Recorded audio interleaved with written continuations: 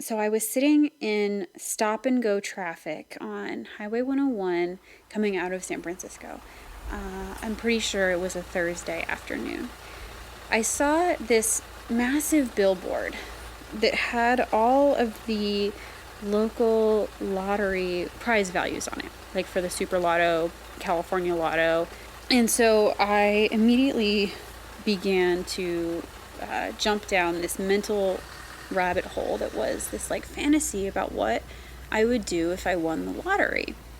First things first, I would quit my job, and then I would buy a big fancy house, and I would buy my mom a big fancy house, and everybody in my family would get a big fancy house. And then I'd buy my own private plane and would just travel around the world and do whatever I want. And then at that point, I was thinking about how excited I was to have so much time on my hands, because that's what rich people have. They have money and they have time, and how I would use that time. And I kind of decided that I would use that time on a whole bunch of just projects, like creative projects, passion projects that I had been putting off. For example, I have always wanted to write a novel. I've always wanted to learn to, play the piano or paint or junk like that. So I'm sitting there and I'm like, oh, this novel is going to be great. Like, I've been thinking about this since I was in the 4th grade, and I just can't wait to finally get this done after I win the stinking lottery.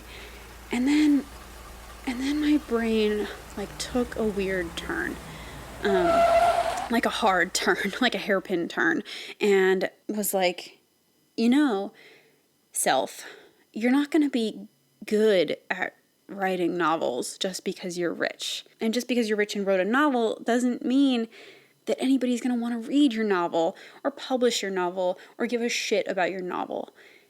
And now I'm all upset, and I'm like, man, what is the point of being fabulously wealthy and having all this time on my hands if nothing that I do with it is going to matter? Because I'm probably never going to be good at playing piano or painting or anything else for that matter. And at that point, I just felt like shit and didn't know where to go from there. I was overthinking it. Realistically, I knew that I could start any of those projects at any time, and it didn't matter who liked them as long as they were fun to do. I didn't need to win the lottery to pursue my passion projects. I just needed a little motivation. Overthinking can be a scary, incredibly lonely experience. And the really shitty part is that in the moment, we don't even realize we're doing it. We just let ourselves continue to spiral out of mental control, overthinking the whole incredibly slow ride home and making ourselves feel like crap for basically no reason. But on that day, who knows why, it occurred to me that I didn't have to keep overthinking this all by myself. I thought, maybe there are people I can talk to about this. Or at least, maybe there are people out there who want to overthink together. And so, here we are. This is Overthinking It. I'm Kaylee Fagan, and today we're going to talk about how to get started on your passion projects.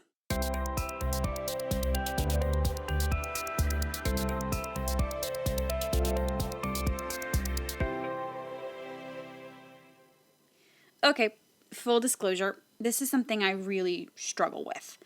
I've had many ideas for creative projects and things that I want to make, but have never started on, and I don't even really know why. Maybe I'm scared of failure. Maybe I just really don't want to do these things that badly, but I end up making tons of excuses for myself. Saying stuff like, I don't have time, I don't have, a piece of equipment that I need, or whatever it is, and I end up really, really overthinking it. And if you're anything like me, this is a super frustrating cycle that needs to just be broken. So I've brought in some people who I think will be able to offer some incredible advice about casting off your inhibitions and just putting the proverbial paintbrush on the proverbial canvas. First, we'll be hearing from an artist friend of mine whose work I've admired for quite some time. Nicole Garcia is an illustrator, freelance graphic designer, and entrepreneur in the San Francisco Bay Area. Her interests and work revolve around issues of social justice and the environment. In addition to producing work for several local nonprofits, she also publishes her own zine and greeting cards on Etsy. I would really like if we could just kind of start with just kind of unpacking what a passion project is, if that makes sense, just because I know different people are going to have different interpretations of what that means. And I feel like I kind of have an idea of what a passion project isn't, if that makes sense. It feels different than a hobby. And I feel like for most people it's different than their career. But for some people they're one and the same. So when I say passion project, what do you think about? Yeah, I kind of think of a passion project as being like a concerted effort towards something you're passionate about. And so, yeah, there is a distinction where it's outside of your normal work. So for myself as a designer, I'll have my client work, which is something more along the lines of what other people are looking for, kind of like our art. And then there's personal work, which is more passion project oriented. So that's everything from just the zine I made to other types of graphics, or even just more grassroots efforts, anything that I'm passionate about and that I can kind of formulate a project around. And I think the whole purpose is to really do it in the hopes of furthering that passion and kind of learning more about it. And then also just putting something out there to the world to kind of benefit from and experience as well as yourself. That makes sense. I mean, one thing I wonder, do you think, because I'm not sure where I stand on this question, so do you think that a passion project is something that people pursue to make money with, or is a passion project purely something that you do only out of the goodness of your heart, or can it be both? I don't know. I think it can definitely be both. A lot of passion projects, especially from my own experience, start with just an exploration, I'm putting this out, seeing what people think, especially because a lot of the times you're not too sure yet where it can go. But I think as that kind of matures and you do more along those lines, it can definitely turn into something that can be a revenue stream for yourself or an income stream, and can actually turn into something that can support your livelihood. I think that's also the goal, because so many people have these passions, but they don't know how to actually make a living off of doing that. So passion projects are a great way to figure out, this is something that I can benefit from as well as other people, and it can be a way to actually support me financially so I can keep doing that passion. Yeah, that makes a lot of sense. Is that what happened with you in design? How did you get into graphic design? Yeah, so I have been trying to think about the whole process, since it is a super long process. And it really started from my earliest memories as a kid. I've always loved art and drawing. And I distinctly remember one memory, it's probably one of my earliest memories as a kid, where I was really into this show called Blue's Clues as a kid. Yep, I fondly remember Blue's Clues. You were a big Blue's Clues baby. Yeah, it was my jam as a kid. I love that stuff. And my dad and I one day were playing around with some paper and some drawing stuff, and he drew Blue from Blue's Clues, which is the dog. And I was 4 years old or whatever, and I was just mind blown because this drawing looked exactly like what was on the TV. Yeah. Because he's pretty good at drawing. He doesn't do art or anything. It was just something he was good at. And that totally was crazy to me, because I was just how did you draw that? And it looks exactly like something I saw on TV. And so from that point on, it kind of changed the way that I even understood drawing. And I realized this is something that I could also do to the point where it looks like that we see out there. Even though I was really into drawing and I started to practice it over the years, I never really considered it as something I could actually do as a career.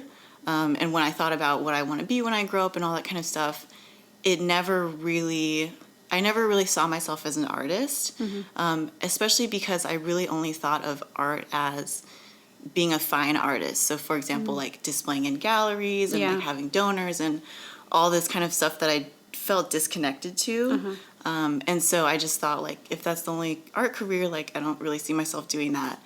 And as well as just, you know, the myth we have as like a society of that totally. artists don't like make money or, you know, have a good career or anything like that. So it wasn't really until college when I had a friend my freshman year who was a design major. And then I was like, I didn't know anything about design at that point. And I started to like ask her more about that. I would go to her dorm room and like she had drawings on the walls and like for her classes she would have to do like drawings on the computer. And I was like, what is that? Like, why are you doing that? Like, how do you do it? What is it for? Like, what are you trying to do with that, you know? And so I learned a lot about the whole field and like the whole world of design basically from that experience. And that kind of got me more interested into like, okay, this is a practical application of art and this is something I can like see myself doing. And so I started to kind of explore design more and learn more about it. But I think at the same time, I was still kind of hesitant about doing it because it was art related and I was really unsure if I could actually succeed at that. But I started to realize like I'm actually really interested in this and I want to be able to do more. Summer of my junior year, I wanted to kind of explore this niche I had just discovered called illustration. And so I also saw designers doing this project that would be like a daily challenge. So every day they would kind of create something new and put out there to the world and share it. And so I decided to do a daily illustration challenge for the duration of summer. And that was also a really grueling process because like you're creating something every day, you have to put it out. Totally. And I remember at the beginning, it would take me the entire day just to like create the thing that I was going to put out at the end. And so it was a huge time investment as well. Yeah, absolutely. That seems like that. I love that kind of thing. Like because being prolific is like one of the things I admire so much about like you and other artists and just different people who create stuff all the time. So challenges like that, like people think that's going to be easy, but like day 5, it really hits you that that is not a joke. It's very, like it takes a lot of stamina, you know? And stamina is a good word for it, for sure. And that was one of the main things I learned from that challenge is like, if I want to improve at this and I want to be serious, it takes a lot of discipline and it's like, it's a beautiful result, you know, like it's so fun to look at and it's fun to talk about, but it's like a lot of hard work and it's really like a routine you have to get into of just, it's kind of like writing, you know, like you have to do it every single day to like finish a completed project. There's like a ton of jokes about how all writers want in the whole world is more time to write. And then when they have time to write, they'll just like clean the whole apartment or walk their dogs and just like do anything but write when they finally have the time. So that's super relatable. Yeah. Exactly. And so, I think also what I learned from that project is it kind of taught me, like, for one, that there's so much I don't know about this field of design, like the inefficiencies I have, like the gap between where I want to be and where I am, where my skills are at, all the things I don't know, all that. And it also, again, taught me, like, I really love this, I'm really interested in it, and I want to keep doing it. And so kind of the last main point was I think when I finally decided to do freelance after graduating. And it was always something I had known that professional designers do is work for themselves and do freelance. But again, I was always really hesitant about if I could do that and if I was able to. But I think all those little steps I had taken really helped me to get to that point and helped to mature my relationship with design in a sense where I was actually able to take that step. And it's just been really rewarding since then. Yeah. There were so many like recurring things in your story there that I just want to keep asking more about. I mean, like the main one is just like, where does that stamina come from? Like those days where you spent all day thinking about what you were going to do and then like actually executing on it at the end of the day. I just am so curious about like what kept you going and because a lot of people do drop off like day 10 of their every day I'm going to create something challenge. They give up and they stop posting and they stop making stuff. So I think that's my biggest follow-up question on that story is just like, where does that stamina come from? Yeah, it's a tricky like challenge, and I think for myself, it's just trying to form the habit of when I put my mind to something, I want to be able to finish it, and I really try to think of that as a habit as opposed to like an intrinsic trait to myself, where it's more of something anyone can learn. It just takes a lot of practice and a lot of applying it and reinforcing that. Oh, I And love that yeah. because then it kind of takes the pressure off you. You don't have to wonder like, oh, am I like good enough to keep going? It's more just a practice. That's awesome. Yeah, and it's more objective that way, and Yeah. as opposed to like if something doesn't turn out well, you have the next day to keep going, and there's a lot of positive aspects to kind of disassociating from it a little bit and just Yeah. knowing that it's something that I'm doing to reach an end goal. Yeah. I mean, it's a little counterintuitive because especially with things like art, like they feel so personal and you think like I'm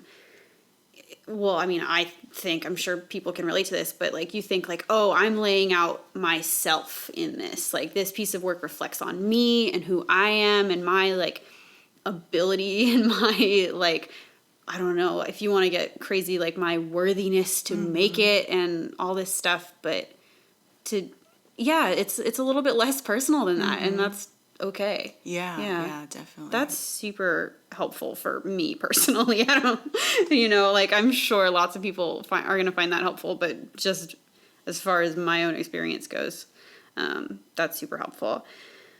And then, hearing your story is super interesting for me because I just love to hear about people that inspire me and how they got to where they are. But one thing I'd love to kind of focus on is I want to know at what point did you know that this passion of yours, this thing that you were kind of unsure about and exploring, like at what point, if there was a point, did you know that this was going to be your career? Yeah, I definitely think that it was much more of a fluid process. I can't think of one specific, the milestones definitely were like major points along my journey where it was positive reinforcement.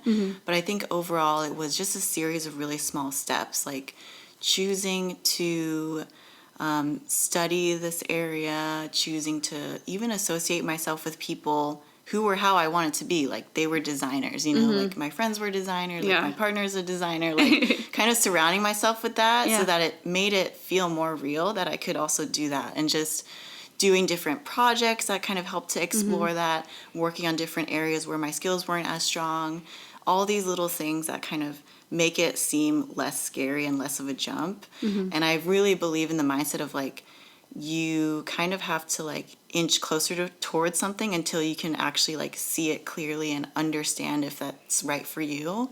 And there's a really good book as well called Grit by Angela Duckworth, where it basically talks about the same idea, where you kind of have to pursue things and have that persistence and that discipline to understand if you can actually do it, like, as a career, as a lifelong calling, so to speak.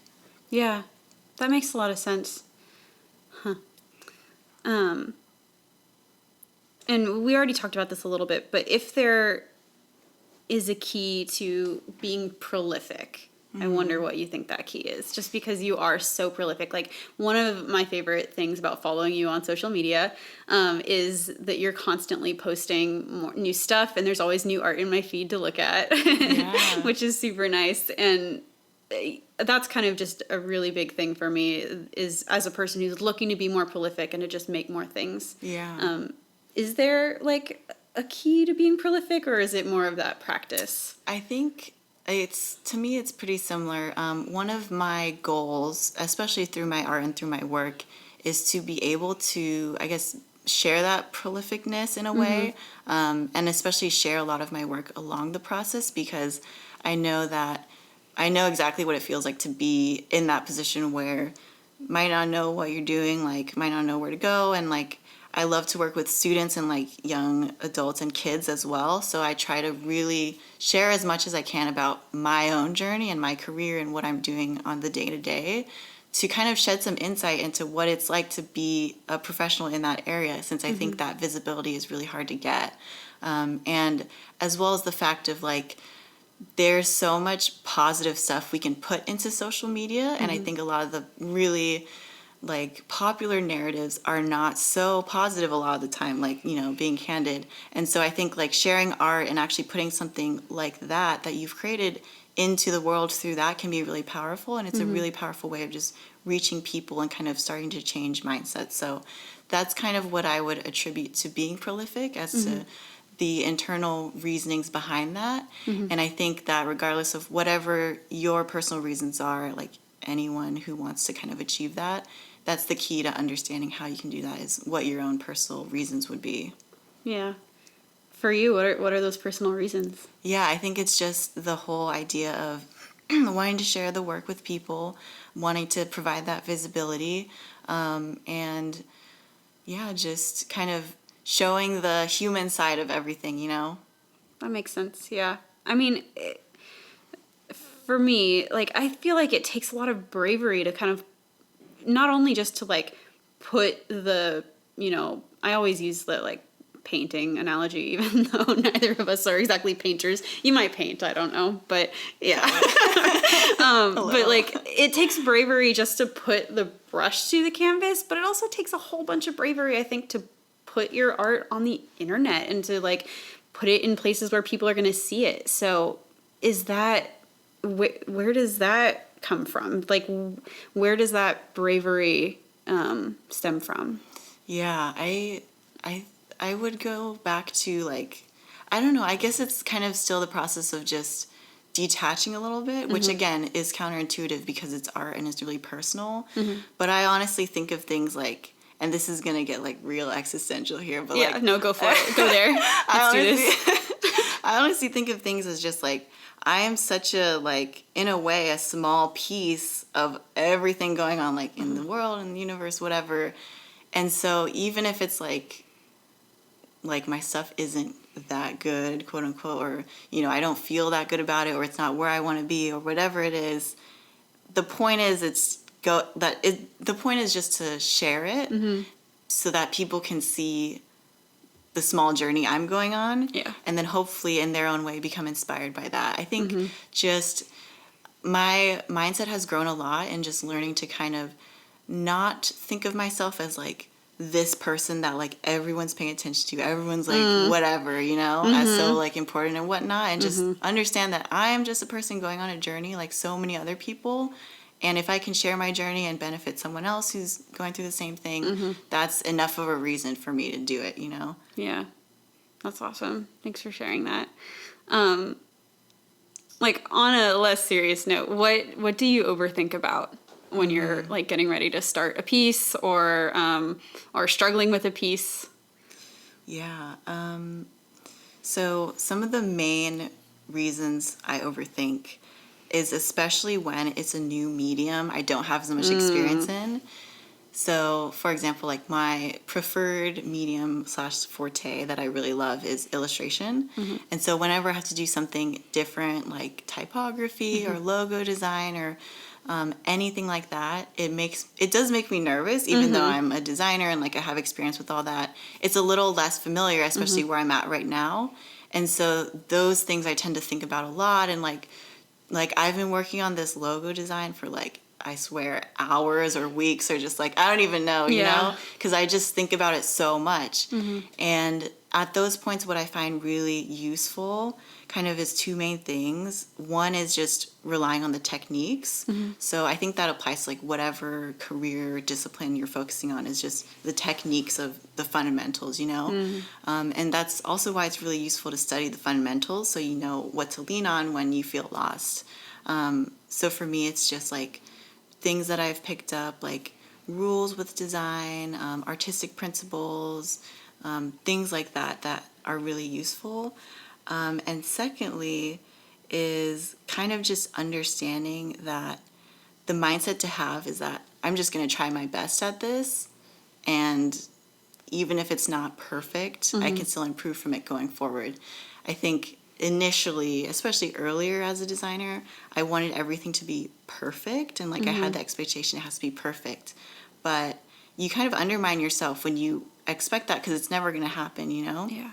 There's a really good short story It's called Shitty First Drafts. The author is Anne Lamott.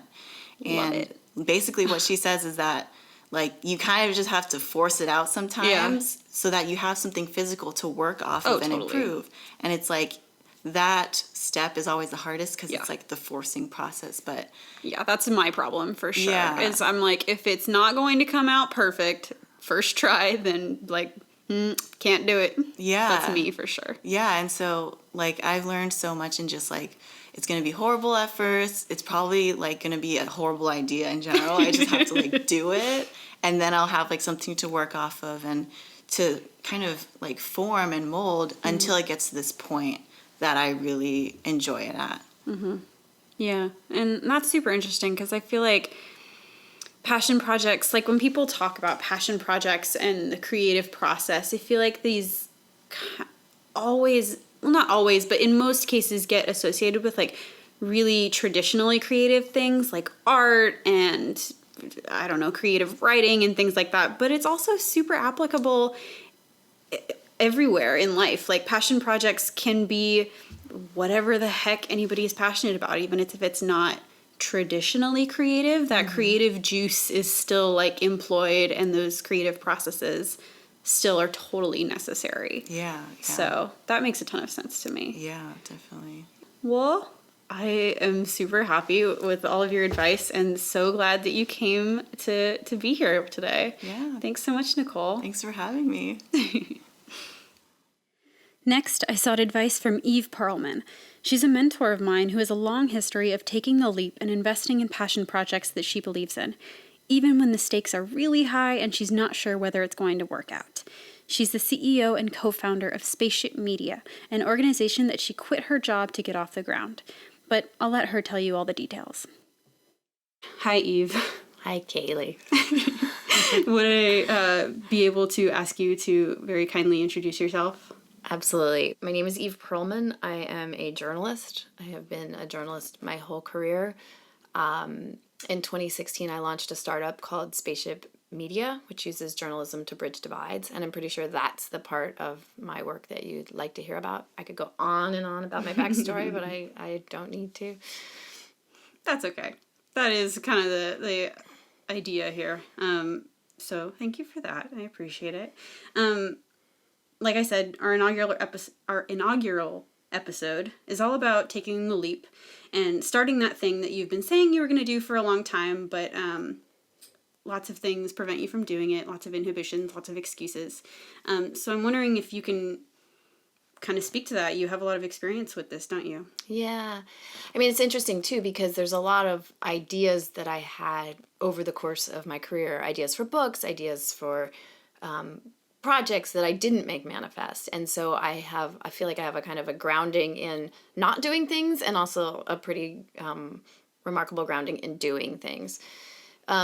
So Spaceship Media was born in 2016. I was working at a nonprofit media organization in downtown Oakland called EdSource, and with the co-founder of Spaceship Media, Jeremy Hay. And actually, we were working on a podcast. We had this idea of EdSource was an educational policy, covers educational policy, and we had this idea of looking at educational policy differently through a podcast. So we called it One Thing, and the idea was we would take sort of thorny, jargon-filled education policy stuff and take it to people outside the discipline. So chefs and Pilates instructors and other people. So it was this idea. We kind of floundered around in that, and we realized at some point that it wasn't going to work, basically. Like it was an idea that we couldn't drive forward.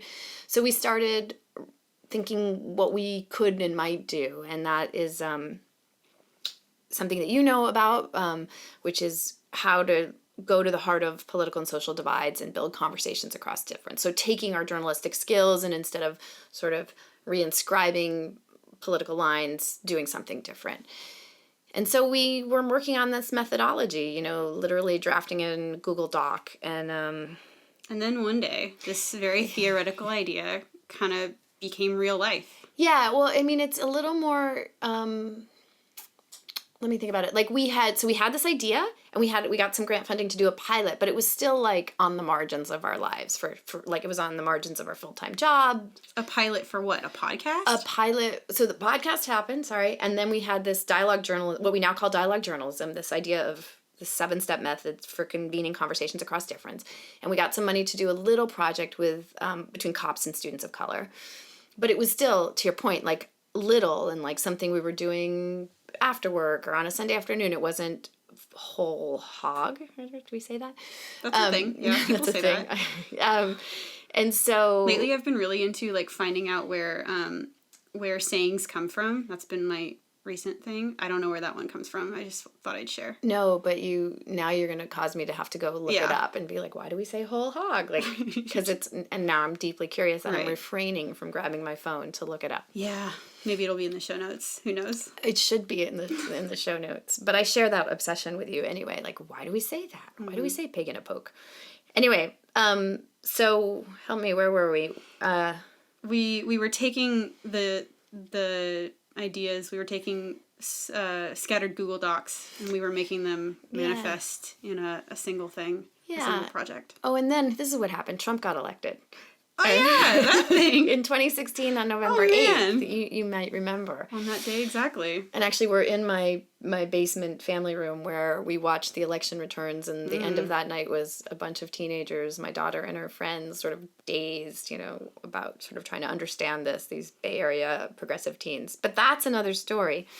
So the election happened, and we had this proto idea. We had our day jobs, and we really wanted to make it manifest. And so there was this moment, we hatched an idea for an initial project, which brought, because women votes, the way women voted were surprising in the 2016 election. Yeah, everyone was really into like how the white woman vote kind of sealed the deal, and whose votes weren't there, and they thought they would be there, and that whole thing. Yeah, so in that aftermath, we hatched this project to bring women voters from Alabama who supported Trump together in conversation with Clinton voters for the Bay Area.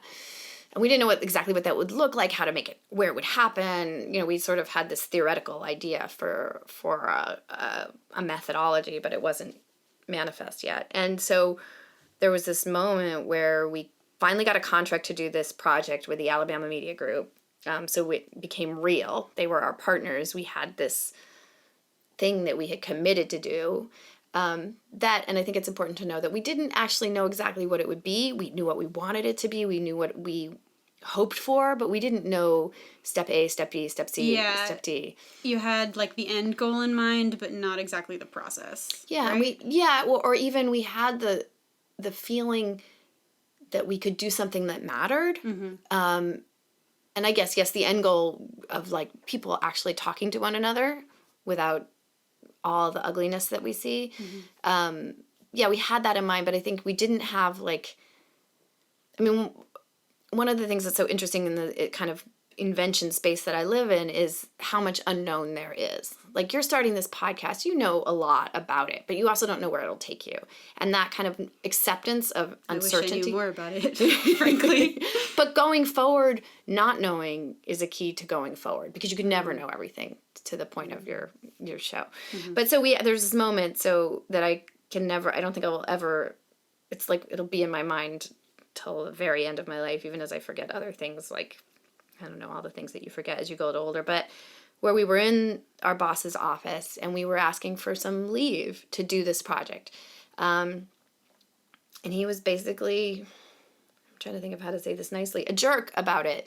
And he was like, if you want to do this project, you can't have time off, and you can't, like, he was not supportive of it. And so, I looked over at Jeremy, and Jeremy was basically like, well, if we can't get time off, we quit. And I was like, do we quit? Do we? And you guys didn't talk about that ahead of time. He just like made that power move. Yeah, and I mean, I think he was ready to leave that organization, and so, but it was a gutsy move, and and I was in some ways ready to leave too. It wasn't a perfect fit for either of us at all, but we ended up quitting, and it was the absolutely the best thing that could have happened to us, because it created all these circumstances that required us to give the work we were doing everything we have. And there is talking about phrases, there's necessity is the mother of invention. Like, we put ourselves in this position where we needed to make this work. I had a mortgage to pay, I have food to buy, same for him. Like, all of that stuff had to happen. And so it ended up catapulting us into a space that I'd never been in before, but that I liked, in the sense of everything mattered. It wasn't, everything was a real decision, not like, oh, should I do this? Should I go do this? It was like, no, we have to do this. We have to make this work. And it's not that we didn't want to. It's not that we didn't believe in the agenda, but and all of the work we were trying to do. But it was that there was just this profound need to pull this thing together. Yeah, that makes perfect sense. I am so curious to know what it felt like right after that meeting. So you walk out of that office, and what's going through your head then? That's interesting. So it ended, I mean, there was a little more complicated than that. So we had that meeting, I think it was right before Thanksgiving break. And then we had meetings scheduled right after each individually. And so there was that weekend to say, like, sort of think through, like, is this what I want? Is this where I'm going? So it kind of was catalyzed in that conversation, but it was sewn up over the course of a 4-day weekend. Of like, yeah, that is what we want to do. We believe in this work, and we're going to pursue this, and we're going to make it work. The feeling that I want to get to is this: there's such value in embracing the unknown. I believe, like, such value in, like, it's interesting. This spaceship was a creative act in a lot of ways. Like, and I've been a journalist. I've been a writer my whole life, and I'm familiar with that creative process. Like, okay, I go talk to a bunch of people, I interview them, I do research, I tell a story, and that's a production of something where there wasn't anything before. And this was different in that it was two people, two minds, and it wasn't writing. It was like a happening or an event or something. I mean, about our work. It's like bringing people into this conversation, hosting them, getting to know them, moderating, all these skills, this disparate skills that came together for this thing. So, you doing this podcast is a creative act, right? It's saying, I don't know exactly where it's going. I know that I have some tools. I know how to record sound. I know how to edit sound. I know how to ask questions. I'm curious. There's lots of things in my head, but, like, where I'm going with it, I don't know. I think the best things come out of that kind of orientation. Hopefully. Yes, they do. One other thing I really would love to hear you speak to, just because I think you could speak to this really well, is the things that get in the way. Yeah. When you're trying to make a move, trying to talk yourself into, like, taking the leap, and even if you don't know, and like you said, so yeah, like, what are some of the things that got in the way for you?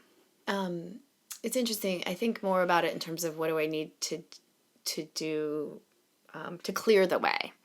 But and I don't know if everybody works this way, and so I would actually love to hear you ask this question of lots of people, because for me, I find the best things happen when and I don't know how to say this really well, so you can ask clarifying questions, but, like, when I am paying attention to and honoring my, I don't want to say instincts, because I think the things that lead into my decision making are a wealth of experience, right? Like, I've been in this work for a long time. I've had a lot of life experience.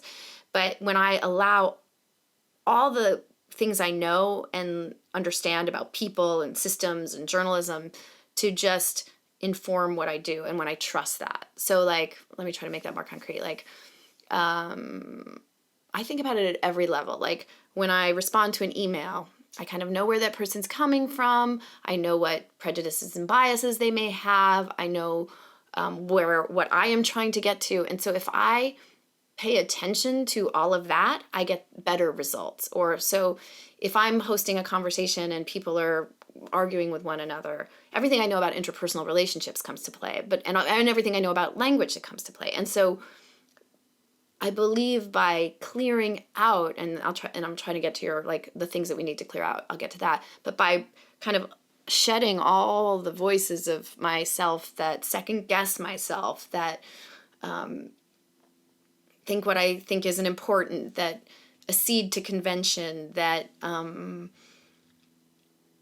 those things that get in your way, if I can clear those out and just move forward with sort of the force of what I am and know, that's the best thing. So things that get in my way, some of them are really routine, like I'm tired, and so like, I won't address that because I don't want to go head to head with that person at this moment. Or maybe I feel like I don't have a right to this space. Like I'm a journalist, but do I have a right to talk about business or something? Which is huge. Like, Yeah. I think that is largely at play for lots of people and is going to be really relatable.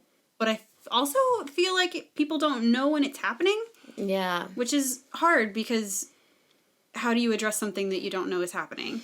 No, I know. And one of the things that I think as a woman, it comes up more, but like, this is what I'm wrestling with now, which is a little further down the line. Like, I have a right to speak about the business of journalism. Like but I, instead of reflexively saying, oh, that's not yours, or you don't have enough information, or you don't have enough education around that. Like, no, I can speak to it. I can, and I'm not going to be maybe the foremost expert, but I have a right to articulate what I know and learn. It's interesting what you just mentioned, just about knowing watching what is happening with you, and not even knowing it's at work.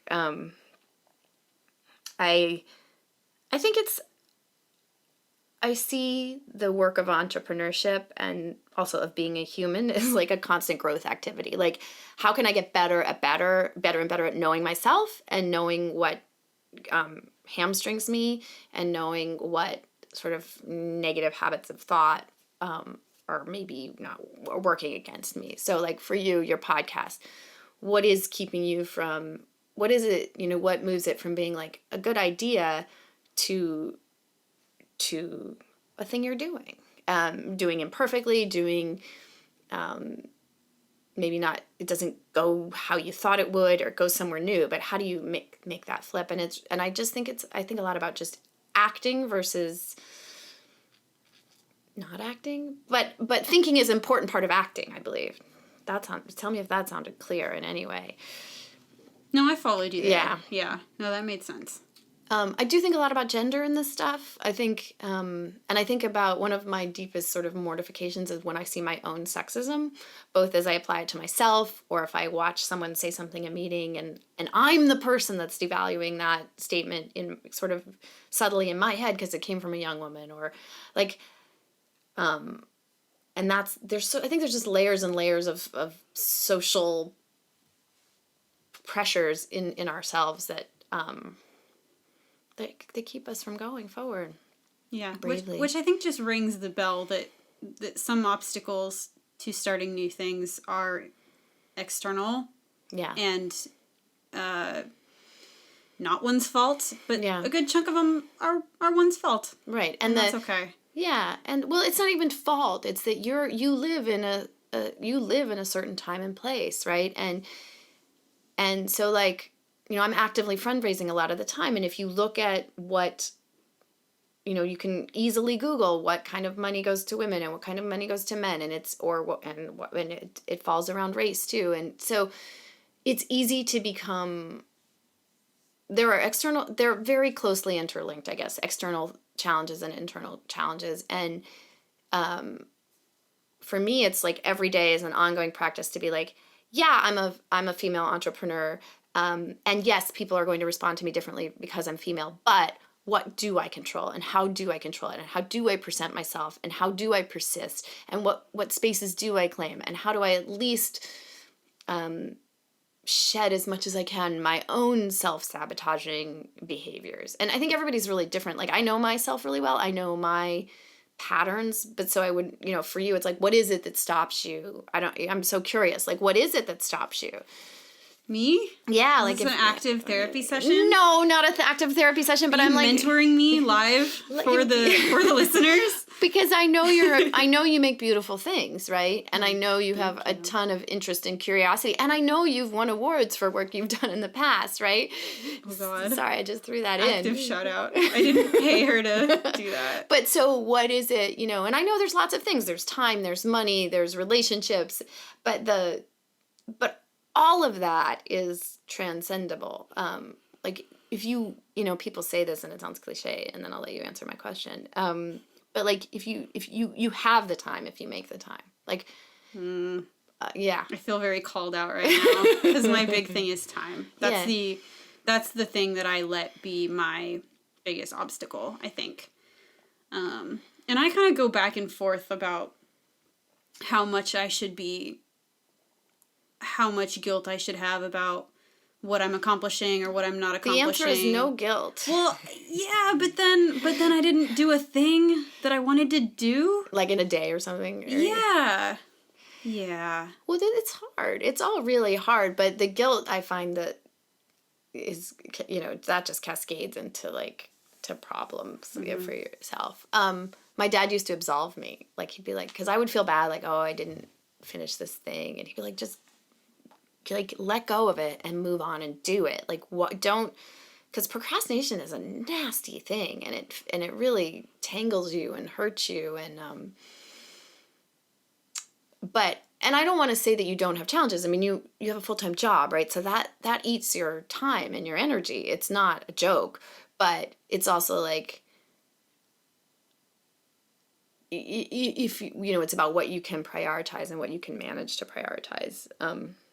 I also think that a constant thing for me is being willing to start something that isn't perfect yet. Yeah. I've learned this lesson multiple times, and yet it's still really difficult. And you have to just be okay with knowing that the thing isn't going to be perfect on the first try. Like, for some reason, my brain is like, oh no, if I can get it to be perfect, then it'll be worth doing and worth starting. But yeah. No, I understand that. That's a huge thing. And then whenever I look at, like, I was a columnist for a long time, and if I look at my earlier my first columns, I'm like, ooh, like I can feel the kind of the hesitation in the right, copy. But it never would have gotten good if you hadn't started. Right, so. And something that helps me is to look at, like, people I admire and look at their growth, right? So if you look at a comic early in their career, I like stand-up comedy, you see, oh, they didn't know exactly what they were doing, but they did it, and they kept showing up, and they kept getting better and better at it, and